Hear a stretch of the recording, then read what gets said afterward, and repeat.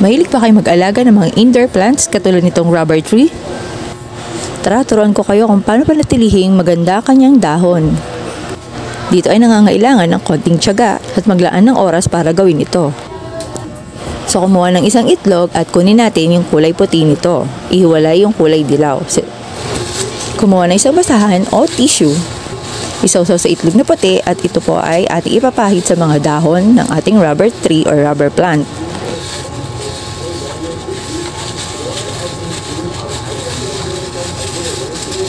So punasan po natin yung mga dahon ng katulad na nasa video.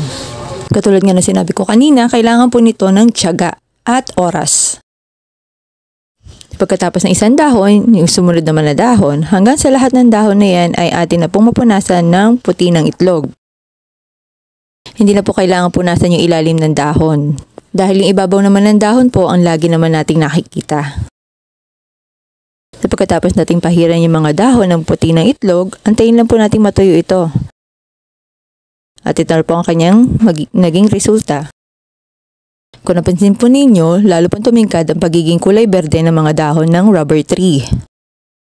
At nakakatawang tingnan kasi kumintab ang mga dahon nito at nagmukhang buhay na buhay ang kanyang kulay. So pag nilagyan po natin ng itlog na puti ang mga dahon ng rubber tree or ng iba pang halaman natin na malalapad ng dahon, tumatagal po ito ng halos 2 to 3 weeks na makintab at buhay na buhay ang kulay. Minsan nga 1 buwan pa mahigit. Dahil may sobra pa sa puti ng itlog, ginamit ko na rin sa ibang dahon ng ating halaman. Kasi sayang naman itatapon natin, so gamitin na natin lahat. Muntik ako na nga rin idamay yung mga dahon ng kapitbahay. Salamat sa panonood.